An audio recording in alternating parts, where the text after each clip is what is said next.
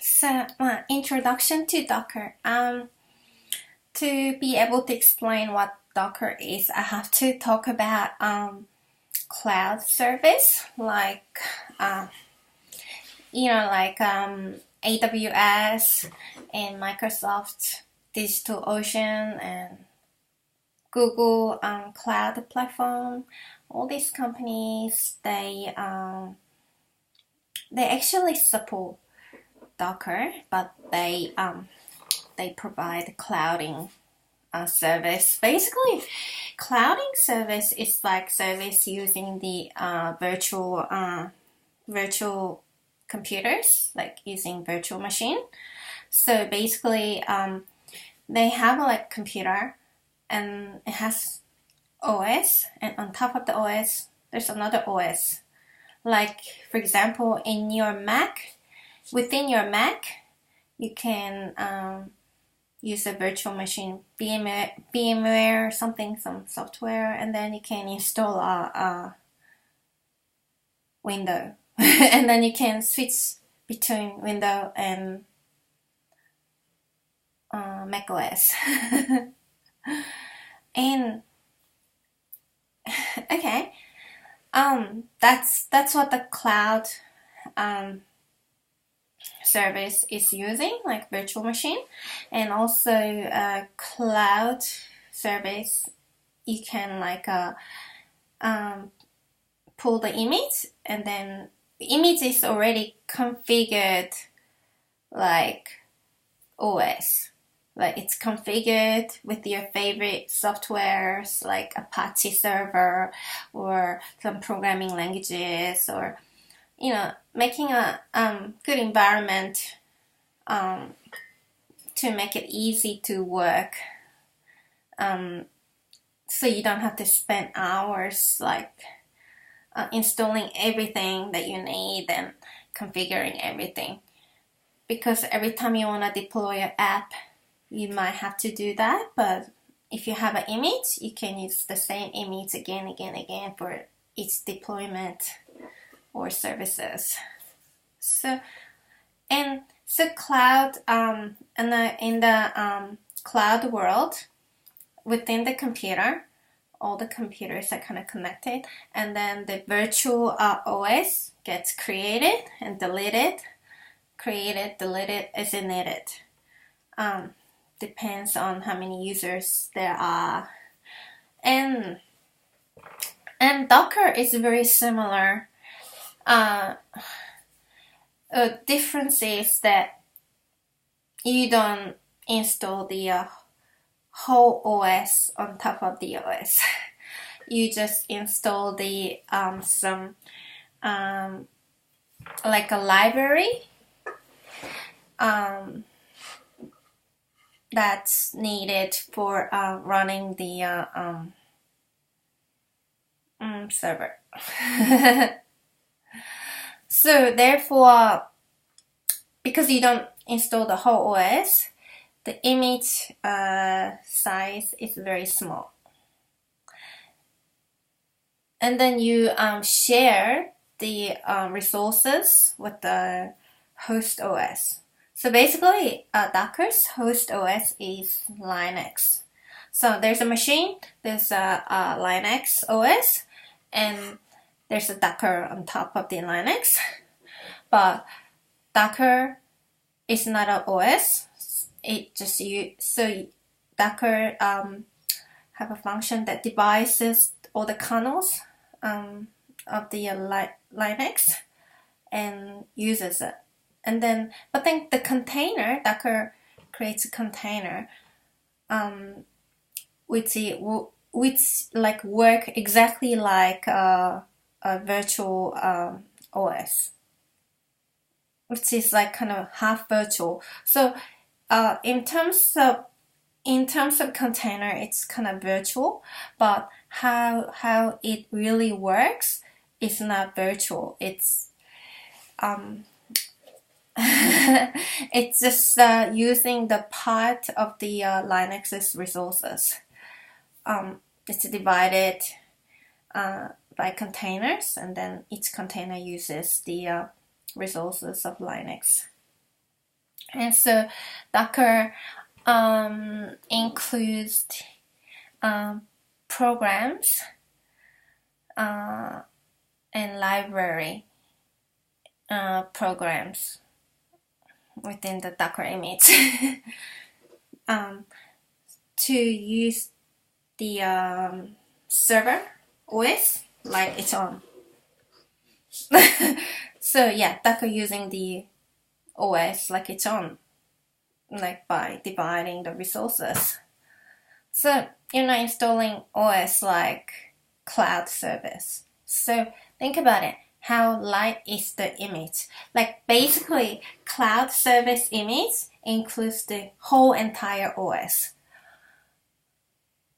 But Docker uses the Linux OS, but using some fancy magical programming software, Docker can divide Linuxes and use it like it's their own OS, like separated their own OS. So there can be like 3-4 Docker containers in one on top of the one Linux, but it works like cloud computer. So it's like having a 4 or 5 computers running on top of the Linux, but using the Linux OS, using the Linux kernel. So it's divided, and it's very automated. So I've seen a lot of different type of automation demos in Docker Conference 2016. Like for example, if there were like maybe 4 different nodes, different computers, and there were within the computer there were like a few containers, and then one computer dies, and then automatically all these containers that existed in like that computer automatically migrate to the another computer, and then like upgrading as well. Like it can like you decide an interval, and every 5 seconds or 10 seconds, it automatically replaces the old versions of image with the new one. So all the containers just automatically have the new image, like image-based container. So you don't have to do anything yourself kind of thing. So I thought that was pretty cool.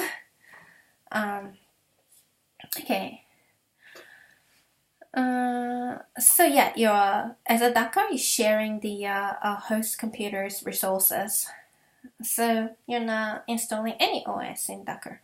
Where in a cloud servicing, in a virtual computer, each virtual computer has OS installed. So it's too heavy to like push and pull.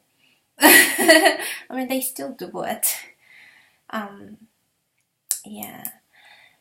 And then therefore the performance of Docker is nearly identical to the host computer performance. Like it loses hardly any performance, where cloud servicing you lose a lot of performance because you have to run like 2 OSs, but where Docker just it's the same as using the host computer.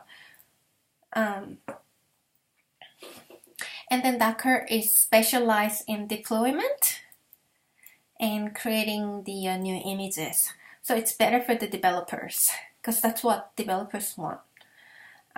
Where cloud computing is more focusing on, I don't know, like performance maybe? I don't know what they're focusing on. So there's a place in a Docker world, there's something called Docker Hub, where it works like a GitHub, like for images. Like images are like in a server configuration, right? So all different type of configured images are on a Docker Hub. So you can pull and push. If you want to use other people's image, you can pull it and use it.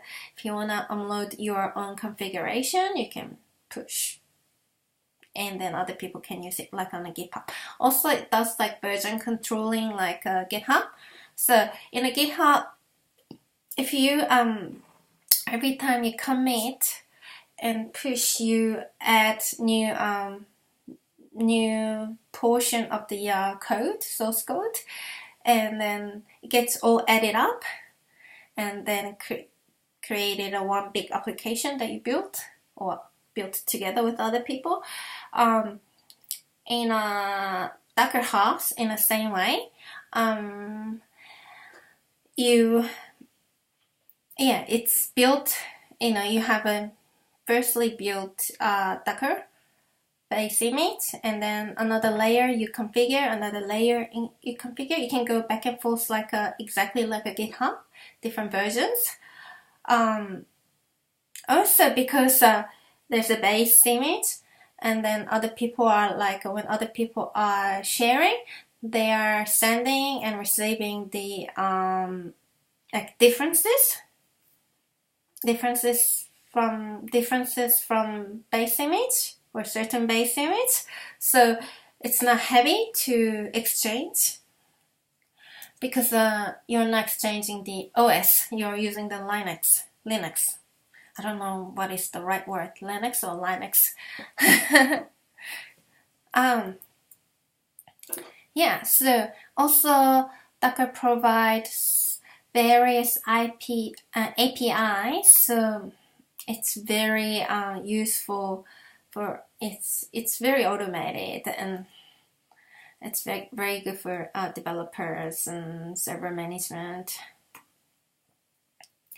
So what is the difference between init and container? Okay, maybe I went through this. Container, so init is you configured all your favorite softwares and everything within the server, and then you save it as image, and then with that one image you can create 100 containers or 200 containers, depends on the number of users and size of depend on what kind of services you provide.